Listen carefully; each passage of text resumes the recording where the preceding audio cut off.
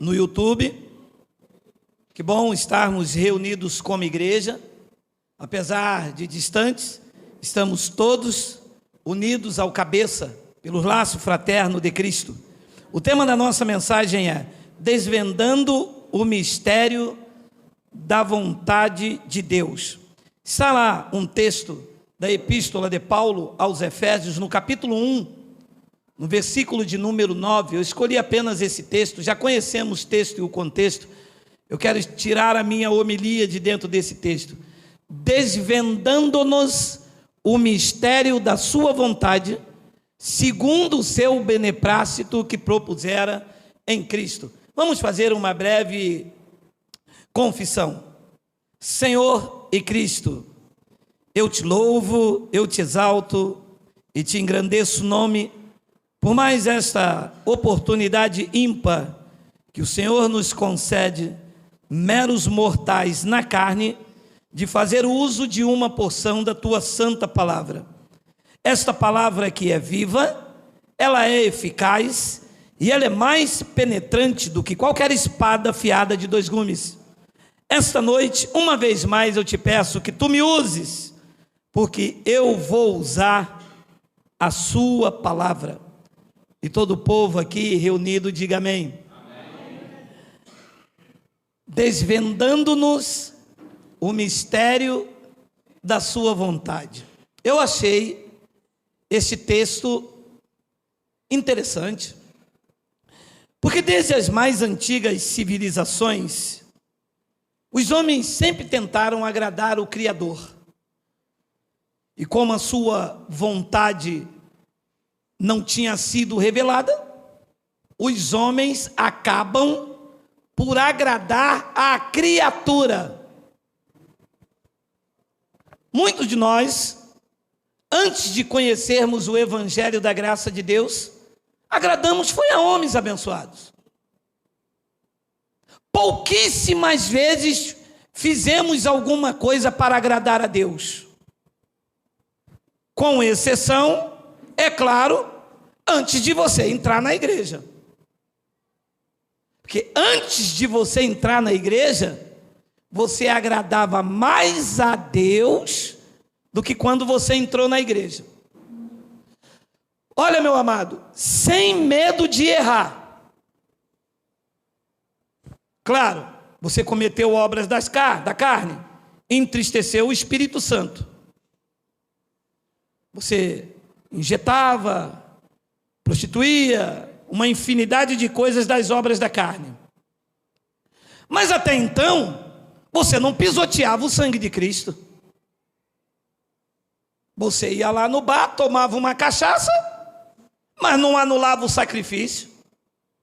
Você parou de beber uma cachaça e entrou para dentro da igreja, trocou o sacrifício de Cristo por um pacotinho de suco. O que é pior nisso? O que é pior? Você anular o sacrifício de Cristo? Ou você beber um copo de cachaça e fazer mal a você? Porque quando tu bebe um copo de cachaça, você faz mal a você. Porque aquilo que o homem semear, isso mesmo ele colherá. Agora, quando você vem para dentro de um local chamado igreja, e que você pega um saquinho de suco, ou você pega uma fita e amarra no braço, isso não é pior? Isso é feitiçaria, isso é bruxaria, isso é macumbogério, isso é paganismo abençoado. O que se faz nos lugares chamados igreja, não agrada a Cristo, agrada a homens. Agrada ao clero, agrada à placa, ao CNPJ, agrada à convenção. Se até o que eles têm que pregar tem que passar no crivo da convenção, não tem liberdade para falar pelo Espírito, Deus me livre. Falar alguma coisa que está fora do estatuto, Deus me livre. Não, a nossa igreja aqui não pode falar isso. Não pode, porque não são livres, agradam a homens, estão submetidos a homens, estão submetidos à placa. Pouquíssimas vezes, e eu tenho ousadia de Deus para falar isto, pouquíssimas vezes nós, que hoje temos os olhos iluminados, agradamos a Deus dentro desses alçapões. Deus não quer sacrifício. E o que é que se prega nesses lugares? Vida sacrificial. Quanto mais sacrifício, melhor. Venha para o altar, traga o seu tudo.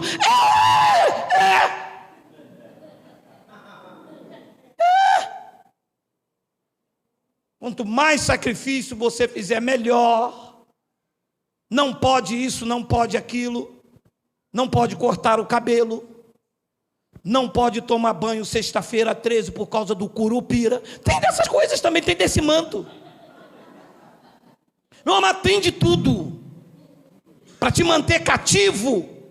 E você pensa que está agradando a homens. Quanto tempo perdido. Vida semeada no asfalto, uma vida exteriorizada, uma vida para mostrar o outro. Era assim que eu vivia. Só Deus sabia como eu estava aqui dentro, mas tinha que mostrar para o outro que eu era santo, e a minha mulher santa. Só Deus sabia das tristezas. E Jesus, nos dias de sua carne, disse: vocês são sepulcros caiados, vocês estão bonitinhos por fora, vocês não usam brinco, vocês não usam batom, vocês têm coque, vocês têm roupão, vocês têm tudo, mas vocês são vazios de mim. Vocês me honram com o lábio, mas a boca, o coração de vocês estão longe. Procurando agradar a mim, estão agradando a homens. Até que Paulo volta do terceiro céus e diz a eles lá, desvendando-nos o mistério da sua vontade. O mistério da vontade de Deus foi desvendado pela graça. Nenhuma outra pregação mostra a vontade de Deus clara para nós. Pelo contrário, as demais pregações do legalismo ocultam a verdade de Deus. Paulo disse algo interessante em Gálatas, capítulo 1, versículo 9 ao 10, olha aí. Assim, como já dissemos e agora repito, que se alguém vos prega evangelho que vá além daquele que recebeste, seja anátema. Versículo 10, porventura, procuro eu agora o favor dos homens ou de Deus? Ou eu procuro agradar a homens? Porque se eu agradasse a homens, eu não seria servo de Cristo. O que está aí fora é homens querendo agradar a homens. Não há verdade, não há revelação, há culpa, há medo. Por causa de cargos e posições dentro da igreja, as pessoas vão mantendo o engano. Ninguém tem ousadia de se levantar e dizer: eu não estou aqui para agradar ao clero, eu não estou aqui para agradar o presbitério, eu não estou aqui para agradar as convenções, eu estou aqui para agradar a Cristo, porque se eu agradar a vocês, eu não posso dizer que eu sou servo de Cristo. E foi disso que eu me cansei, porque eu dizia às pessoas que eu era cristão lá fora, e aqui dentro do espaço eu estava agradando ao meu pastor. E muitos deles que me ouvem hoje, que eles dizem que não gostam de mim, mas me ouvem. Muitos deles que me ouvem estão aí, tem que bater meta do dízimo, se não perdem o seu emprego, porque não vive por fé. Depende do dinheiro sujo, porque isso é dinheiro sujo. Dinheiro de aposentados, de viúvas, que contam seu dinheirinho com máquina de calculadora para bancar salário de pastor, submetidos a agradar a homens. Quem vive por fé rompe com engano, meu amado. Quem vive por fé perde a cabeça como perdeu João Batista, mas não perde o caráter e nem a dignidade cristã. Eu cansei disto.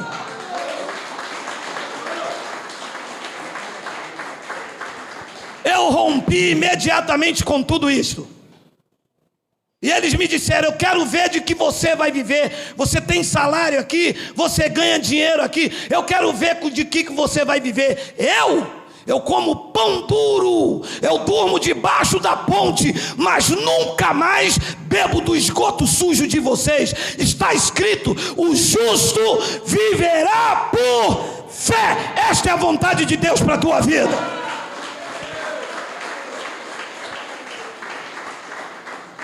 Me coloca de cabeça para baixo, mete o porrete, mas de engano e de falsidade eu não vivo mais. Me apresentaram um Cristo totalmente desqualificado, um evangelho que não condiz com aquilo que foi revelado ao terceiro céus. Quando Paulo disse no versículo de 9, por favor, Miguel, quando Paulo deixou claro, assim como já dissemos, e Paulo disse, eu estou até repetindo, já não é nem a primeira vez, que se alguém vos prega evangelho, que vá além daquele que recebeste, isto é, anátema. Um evangelho maldito que escraviza, um evangelho que fere as pessoas, um evangelho que pisa, que menospreza, que a pessoa vale quanto tem. Você só serve nesses lugares se você tem para dar. Se você não tem para dar, você não vale nada. O evangelho maldito, de exposição ridículo, de apropriação de um bem que não deveria ser tomado por ninguém. Muito pelo contrário, as pessoas que entram nesse lugar deveriam ser assistidas por eles. Mas eles são tão terríveis que quanto mais tem, eles mais querem. Eles vão sugando, sabe, é um abismo, nunca se satisfaz. Eu às vezes vejo na televisão homens com avião, com usina, são empresários, homens com dinheiros. Quanto mais tem, mais quer. E fazem calcular o dinheiro da cesta básica e tiram. E porque se você fizer isso, Deus se agrada. Deus não se agrada disto. Deus não quer o teu dinheiro, meu amado. Deus não é Deus. Ele é Deus, Ele não é mamão. Eu vou lhe dizer uma coisa para você, meu amado. As pessoas estão servindo a mamão e não a Cristo. Procurando fazer a vontade do Criador, elas estão procurando uma maneira de se enriquecer e se tornaram presas fáceis para o lobo. A maior riqueza do cristão é descobrir que Cristo em nós é a esperança da glória. Isto é a maior riqueza que se pode ter.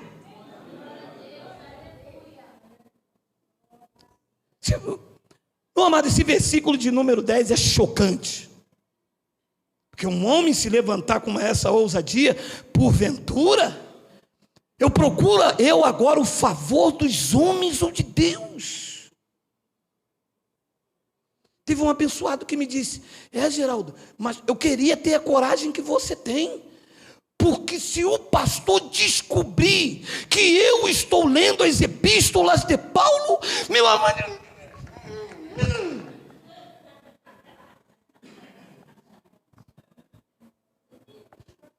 com medo do pastor descobrir que ele está lendo a epístola de Paulo. Mas não é para ler a epístola de Paulo?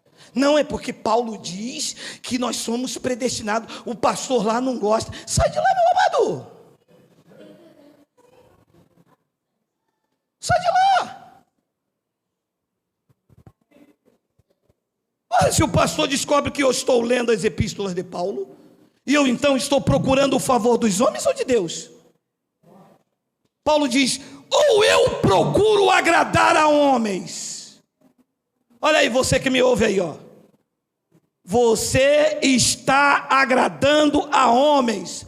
Nunca diga para mim que você é servo de Cristo, de acordo com a revelação desta palavra. Não vem ligar para minha casa dizendo que você é servo de Cristo, se você ainda está nesta Babilônia de terror psicológico, de medo, nesse alçapão. Você não é servo de Cristo, você está procurando o favor dos homens. Desperta, ó tu que dormes, levanta de entre os mortos, e Cristo te iluminará. Essa é a vontade de Deus para a tua vida.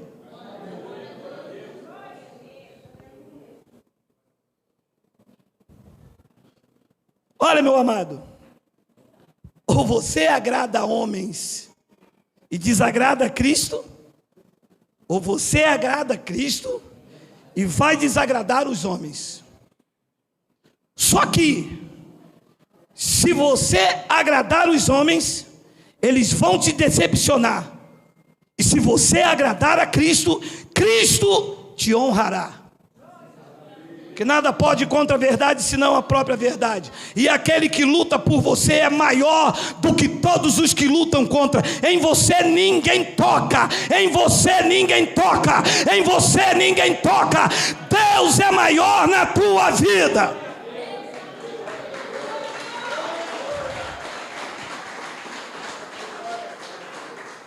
E só existe um meio de agradar a Deus. É o que Paulo disse aos Hebreus no capítulo 11, no versículo de número 6. De fato, sem fé, é impossível agradar a Deus. Não tem como. Mas eu vou fazer o quê? Vai fazer o quê? Siga a verdade. Mas não tem mais. Essa não é a verdade. Você acredita que esta é a verdade para a sua vida? Sim, siga. Mas eu vou congregar onde? Congrega você e a palavra. Acha pouco? Você acha pouco você e Deus? Com Ele você desbarata exército. Você sozinho em Deus é maior do que uma multidão inteira, meu amado. Sabe o que Paulo disse? Quando aprove a Deus revelar seu Filho em mim, sem detença, eu não fui consultar nem carne nem sangue, e nem voltei para os que eram apóstolos antes de mim, mas eu voltei e fiquei lá 14 anos lá, só comendo do rolo. Imagina se a revelação dessa palavra chegou na minha vida e eu vou ficar aqui defendendo posição, defendendo título, defendendo salário, meu amado. Se eu sou um homem de fé, aquele que começou a boa obra, ele tem que ser capaz, ele é capaz de concluir. Se ele me mostrou, ele vai me levar a lugares distantes. Creia nisto, não tenha medo, para cima deles, foco, atitude, combate, determinação. És um homem de fé, és uma mulher de fé, porque sem fé é impossível.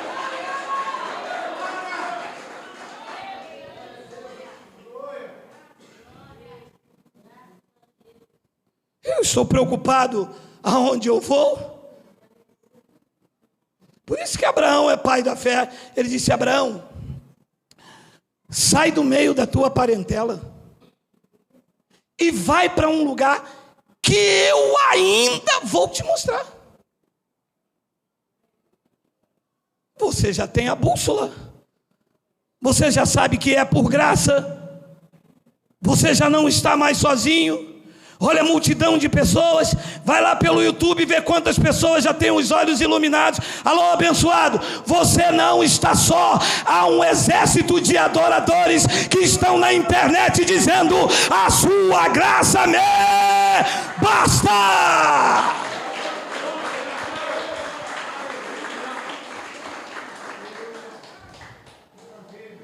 Mas eu tenho medo, sabe o que é? Eu tenho medo do evangelista Rogério. Evangelista quem? Evangelista Rogério? Tem esse também, meu amado? Chama ele aqui, meu amado. Manda ele vir para o Sarapuí, que eu dou nele de Bíblia até ele miar. Porque tem uns camaradas assim que fica fiscalizando quando você sai na rua. Olha lá, ela tá desviada, ela não usa mais brinco. Ela agora faz caminhada. Olha lá, ela tá rindo, olha lá, ela tá rindo. Tem demônio. Que não pode rir, não. Sai fora, rapaz. Sem fé é impossível agradar a Deus. Fé em quê? Fé no que Cristo realizou na cruz e disse que é teu direito. Fé nisto é uma fé racional. Não é uma fé doida do sistema. Vou comprar um carro pela fé. Vou comprar uma casa pela fé. Isso não é fé, isso é loucura.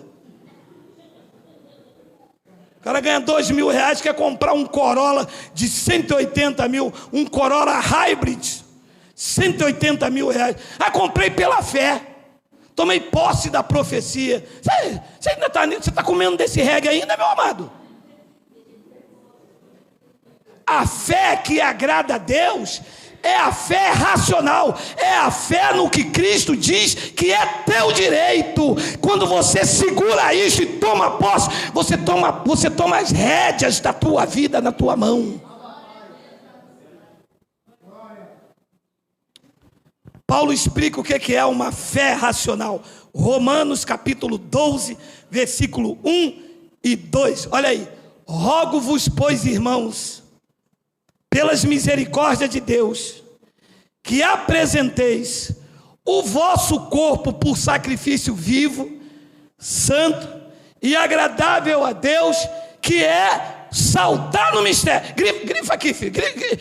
Grifa aí do cuscuz. Grifa aí para mim. Grifa só o culto racional, por favor. Grifa aí do cuscuz. Que apresenteis o vosso corpo por sacrifício vivo, santo e agradável a Deus. O corpo vivo, o corpo santo e o corpo agradável é o quê? O culto racional. Aqui, ó.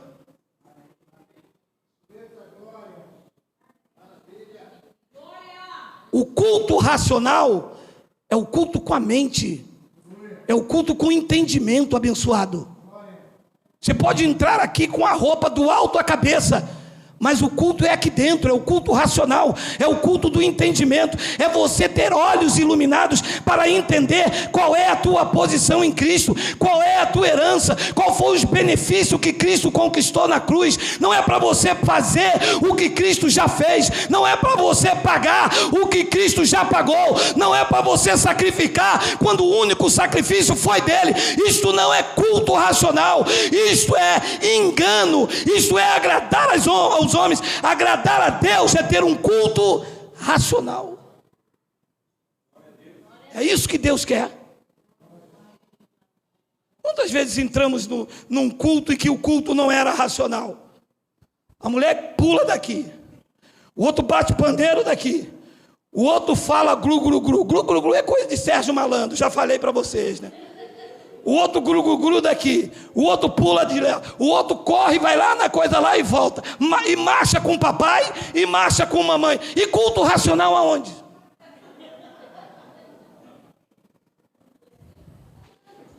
Depois Paulo diz no versículo de número 12: e não vos conformeis com este século, mas transformai-vos.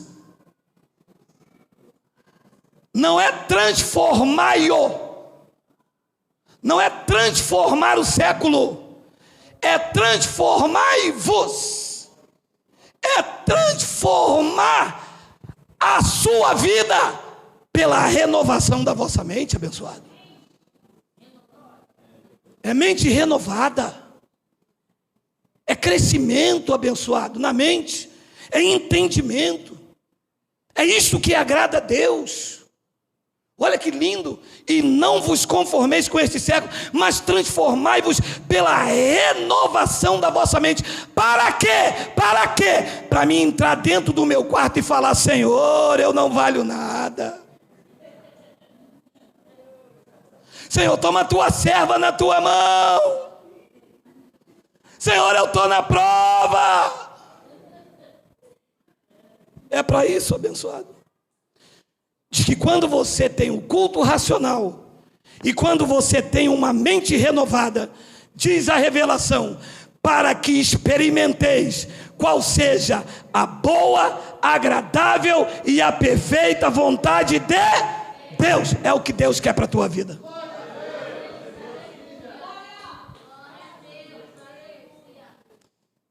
Eu conheço pessoas que estão há 30 anos na igreja, nunca experimentaram a boa, a perfeita e a a boa, a agradável e perfeita vontade de Deus. Nunca!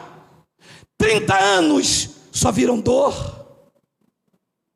só viram tristeza, amargura, dedo em rixe, prova e moenda. Estou na prova. Esta é a frase que mais se ouve quem não tem a mente renovada. Quando o cristão tem a mente renovada, a confissão na boca dele é: Deus está no controle, todas as coisas cooperam para o bem daqueles que amam a Deus. Eu sou o templo do Espírito Santo, eu sou conduzido em triunfo, eu sou uma nova criatura, e em todas as coisas eu sou mais do que vencedor. Este tem a mente renovada, e aí ele experimenta a boa, a perfeita e a agradável vontade de Deus. Você vê a diferença, meu irmão? Mudou a tua vida. Não, seja sincero, a tua vida mudou quando a tua mente ficou renovada? Mudou. Cadê o diabo? Sumiu. Cadê a pombagira? Sumiu também. Inferno desapareceu. Ficou lá na antiga congregação, aquele inferno. A mente é renovada, abençoado. Você começa a ver com os olhos iluminados. Você começa a ver Deus em tudo. Muda, a perspectiva muda.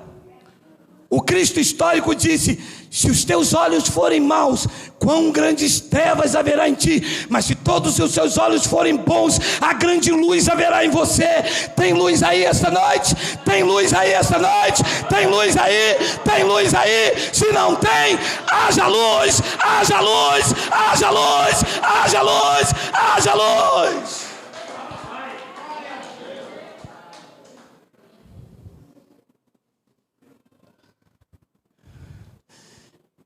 E não vos conformeis com este século, mas transformai-vos pela renovação da vossa mente, para que experimenteis qual seja a boa, agradável e a perfeita vontade de Deus. E uma abençoada me disse: estou com esse câncer aqui, mas isso que é da vontade de Deus, né? Eu disse: depende de quem é Deus para você, né? Se esse é o Deus que te apresentaram, encha-se de câncer. Arruma um câncer no olho, um na boca, um no esôfago, e arruma câncer até no dedo. O Deus que eu sirvo é um Deus de graça. O Deus que eu sirvo tem uma vontade que é boa, que é perfeita e que é agradável. E Paulo disse algo em Hebreus capítulo 13, no versículo 9, que eu quero deixar registrado com vocês. Olha só: não vos deixeis envolver por doutrinas várias e estranhas. Porquanto o que vale, o que agrada a Deus, é estar o coração confirmado com graça, e não com alimentos, pois nunca tiveram proveito os que com isso se preocuparam.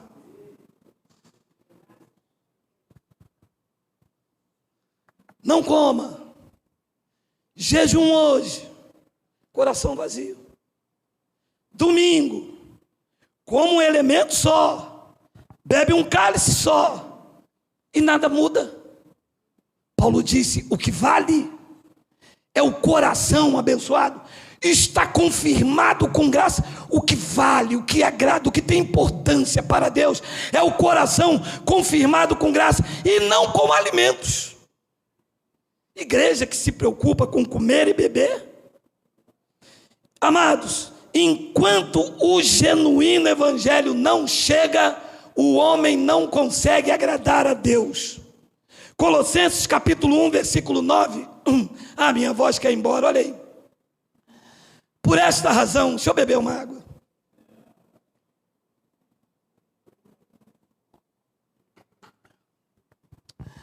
Por esta razão, também nós, desde o dia em que o ouvimos, não cessamos de orar por vós e de pedir que vocês comprem um apartamento na Barra. Que oração é essa, pessoal? Por esta razão, também nós, desde o dia em que o ouvimos, não cessamos de orar por vós e de pedir que transbordeis de pleno conhecimento da sua vontade e em toda a sabedoria e entendimento espiritual. Esta é a oração de Paulo. Sabedoria e entendimento espiritual. É isso que se vê dentro das igrejas? Bota a mão na cabeça. Agora diz: sai. Sai. Que sabedoria é essa? Se tu és templo do Espírito Santo, não pode sair, tem que ficar abençoado. É isso que falta no crente: sabedoria e entendimento espiritual. Esta oração, foi esta a oração de Paulo. Enquanto isso não chegar no crente, ele será sempre escravo de homens. Não vai ver a vontade de Deus para a vida dele. Depois ele diz no versículo 10, olha aí: a fim, com sabedoria e entendimento espiritual, a fim de viver de modo digno do Senhor, para o seu inteiro agrado, frutificando em toda boa obra e crescendo no pleno conhecimento de Deus.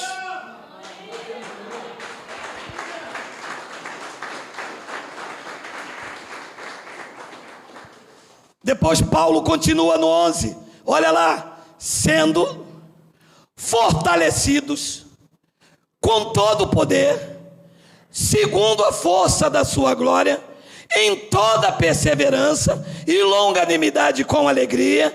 12, dando graças ao Pai, que vos fez idôneo a parte que vos cabe da herança nos santos da luz. Sequer eu sabia que eu tinha direito a uma herança.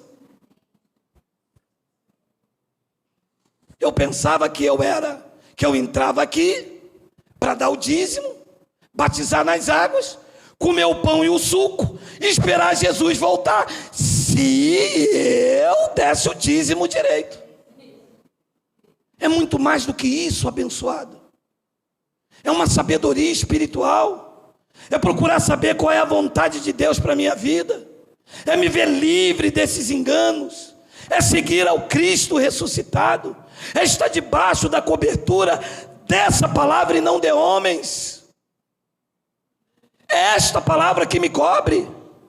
É o evangelho que é o meu escudo, o meu galardão. É a palavra que é lâmpada para os pés e luz para o meu caminho. E não o óleo, e não a fita, e não a oração. Eu canso de falar, estou até rouco. Você não precisa de oração forte. Você tem um Deus forte que ouve a tua oração, abençoado.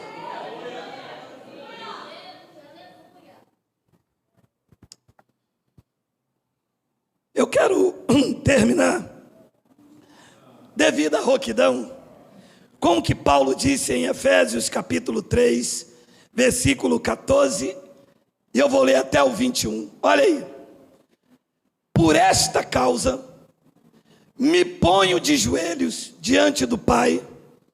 15, de quem toma o nome toda a família, tanto no céu como sobre a terra. 16, para que, segundo a riqueza da sua glória, vos conceda que sejais fortalecidos com poder, mediante o seu Espírito, no homem interior. E alguém me explicou o que é isso? Alguém me apresentou isso? Se as igrejas que não conhecem essa vontade perfeita, só quer cuidar do exterior, não corta o cabelo, não pinta a unha, não bota o brinco, e o homem interior não é edificado com as palavras inefáveis. É lá dentro, abençoado. É o homem que está aí dentro. Ele se alimenta desta palavra. Não é para transformar o exterior, é para renovar a mente, para experimentar a boa, a perfeita e agradável vontade de Deus. Nada muda se o homem interior não receber o impacto da graça. Nada avança se essas palavras não entrar lá dentro, para que, segundo a riqueza da sua glória, vos conceda que sejais fortalecidos com poder, mediante o seu espírito no homem interior. É daí de dentro que flui. É a sabedoria de Cristo. É a mente de Cristo ativada. Para quando o lobo vir te ameaçar, você diz: não, eu não recebo. Eu sou instruído. Eu sei qual é a vontade de Deus para a minha vida. E ele diz no versículo 17: e assim, habite Cristo no vosso coração pela fé, estando vós arraigados e alicerçados em amor. 18, a fim de poderdes compreender com todos os santos qual é a largura, o comprimento, a altura e a profundidade. 19, e conhecer o amor de Cristo, que excede todo entendimento, para que sejais tomado de toda a plenitude de Deus. Quantas coisas tem para a gente viver? E aonde eu estava que eu não vi nada disto? Procurando saber qual é a vontade de Deus, fazendo campanha, cuidando da carne, tipo como vai ao monte, faz um jejum, voto de consagração, o culto de quebra de maldição.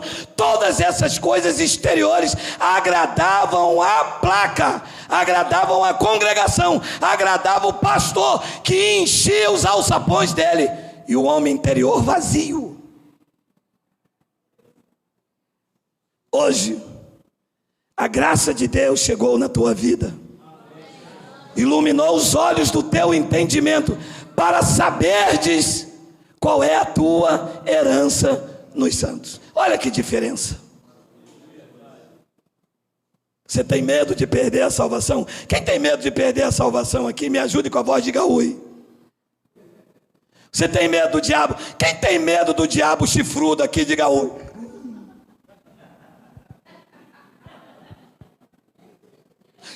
Quem tem medo da pombagira aqui? Aí pelo YouTube. Quem tem medo da pombagira aí, dá um like. Ninguém. A tua mente foi renovada. Faltou um. Quem tem medo de Deus, saltar a mão aí, diga papai. Não tem. Quem aí está seguro, tranquilo e sem temor do mal, diga amém. Amém. Quem aqui é mais do que vencedor, diga glória a Deus. Quem aqui está inseparável do amor de Cristo, diga glória. Aí.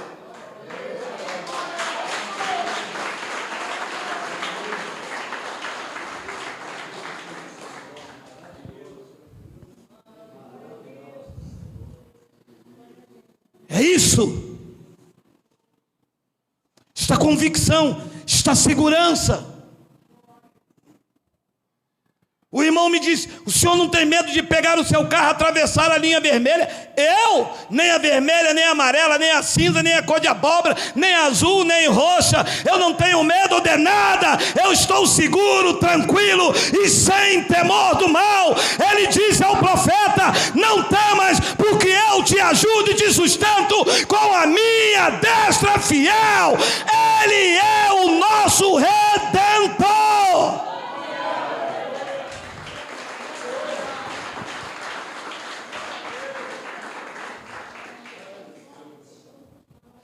É diferente, abençoado. Vivia no sistema, eu vivia com medo, até da sombra. Vivia com medo de Jesus voltar.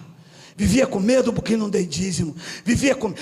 meu amado, quando o gás acabava, alguém dizia, a velha dizia para mim: aí, tá vendo? A gente está fazendo alguma coisa errada, o gás acabou. aí, olha. A Deus bradando a ela, falando que é verdade. Essa semana ela lembrou, filho, como a gente era, né, filho? Até o gás, quando acabava, a gente pensava que a gente estava fazendo alguma coisa contra Deus. Meu amado, glória a Deus pela tua vida. Meu amado, eu não vejo vidas, eu vejo espíritos revestidos de carne, eu vejo homens e mulheres transformados pelo poder do Evangelho, eu vejo espíritos justificados, eu vejo Deus no controle da sua vida, eu vejo você reinando em vida e em perfeita vitória, nada te falta, tu és o melhor da criação de Deus, tu estás sendo conduzido em triunfo, tu és o melhor que Cristo fez, tu és perfeito no sacrifício dele, eu recebo você curado, recebo você próspero, recebo você feliz, recebo você reinando em vida, diga glória!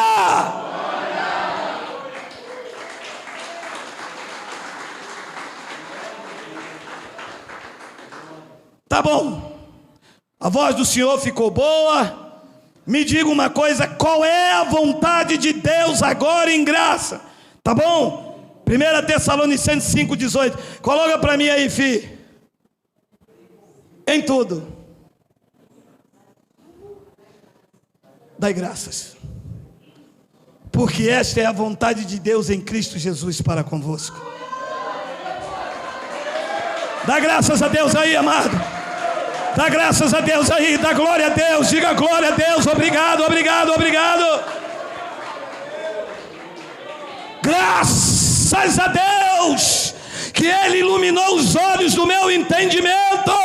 Graças a Deus, que sobre a minha vida não está a mão de um homem, sobre a minha vida está a unção do Espírito Santo. Graças a Deus, esta é a vontade de Deus em Cristo.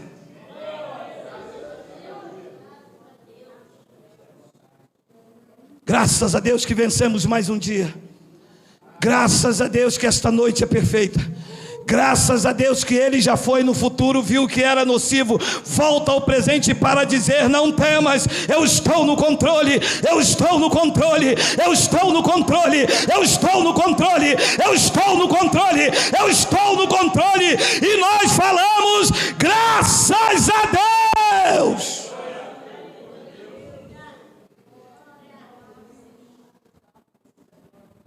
Em tudo dai graças a Deus, porque esta é a vontade de Deus em Cristo Jesus para convosco. Não sei o que me espera, mas eu sei que será sempre a vontade de Deus. Como eu não tenho direito de pedir nada e é por graça, graças a Deus por tudo que vier. Porque eu sei que hoje, com a mente renovada, virá aquilo que é bom, que é perfeito e que é agradável. E eu termino com Hebreus 12, 28 e 29. Por isso, recebendo nós um reino inabalável, retenhamos o quê? A graça. Reter, guardar, manter firme. Retenhamos a graça, pelo qual sirvamos a Deus de modo agradável, com reverência e santo temor. Só se serve a Deus de modo agradável, da forma que Ele se agrada, quando você retém a graça. Quando você anula, você desagrada a Deus e começa a agradar os homens. Chega de agradar homens, amado. Chega de fazer o joguinho do pastor. Chega de fazer o que ele quer, o que ele gosta. Nós vamos até honrar o que tem chamado para pregar o Evangelho. Se estiver em linha, com a palavra. Se estiver fora, estou fora. Por isso, recebendo nós um reino inabalável, que é o reino de Cristo, que está em mim, que está em você. O reino de Deus não vem com aparência visível, mas o reino de Deus está dentro de vós, e o reino em que recebemos é um reino inabalável, e para viver ele tem que reter a graça, pelo qual sirvamos a Deus de modo agradável. Assim é, assim seja, assim disse o Espírito da graça de Deus. Vamos ficar de pé.